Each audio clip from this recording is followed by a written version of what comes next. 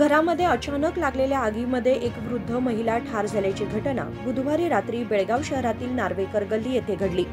सुप्रिया बैलूर वय 78 या मृत वृद्धा म्हणून ओळख पटली आहे। त्या एकट्याच घरी राहत होत्या। स्वयंपाक करत असताना अचानक आग लागून त्यांचा मृत्यू झाला। आग लागल्याबरोबर घरातील पलंगालाही आग लागून घरभर ज्वाळा पसरल्या। घरातील सर्व साहित्य फर्निचर देखील जळून खाक झाले। ही घटना खडेबाजार पोलीस ठाण्याच्या हद्दीत घडली आहे।